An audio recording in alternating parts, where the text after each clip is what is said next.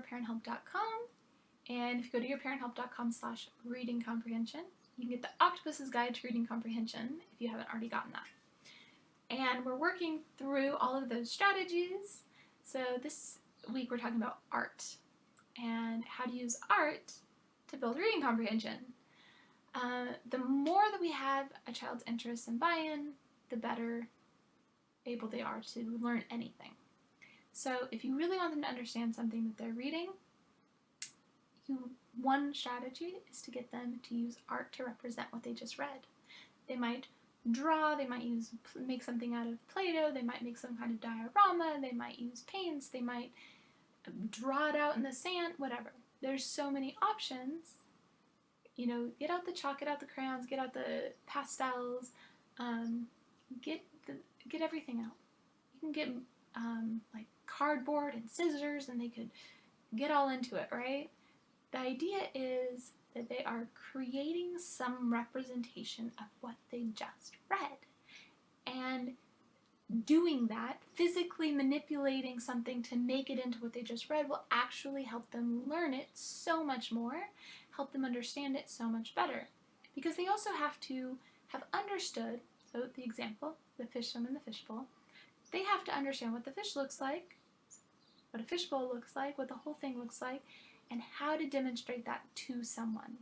So maybe they're using modeling clay to make a fish, but then they're putting that in a regular, maybe you have a glass bowl, they're filling it with water, they're putting the fish in there as their representation of what they just read. So kind of be a mixed media thing. Maybe they're just drawing it out on a piece of paper. Maybe it's all pencil. Maybe it's colored pencils. Maybe it's markers. Whatever it is, if they're representing it, then they're really going to be owning that. They have to understand it.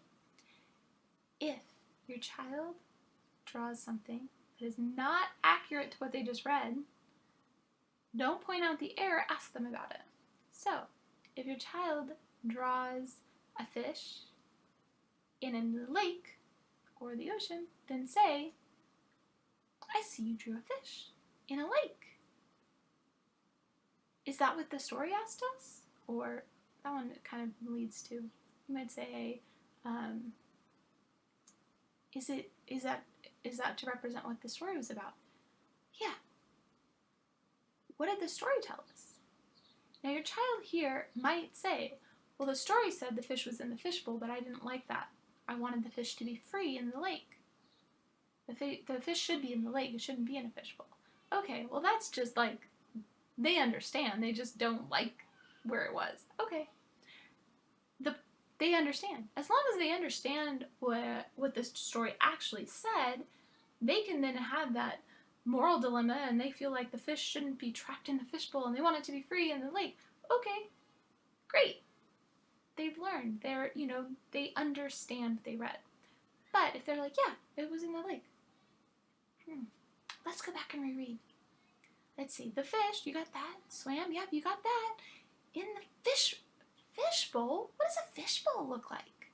What is a fishbowl? It's a lake. Oh, so they didn't know what fishbowl meant.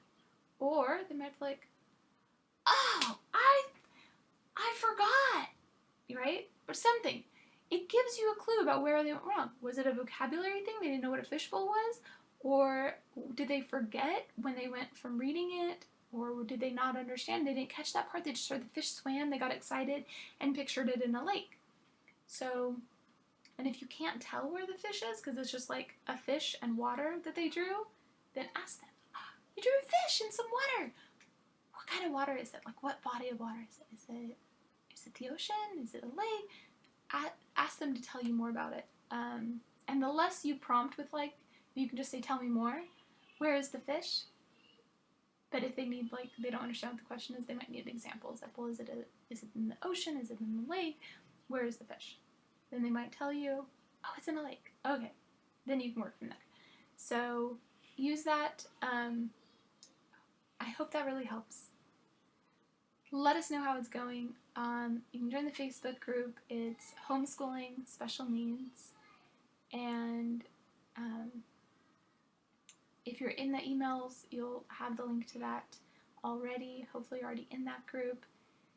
So you go to yourparenthelp.com/reading comprehension to get the Octopus's Guide to Reading Comprehension, to get information about joining that group, and let us know how everything's going. I can't wait to hear from you.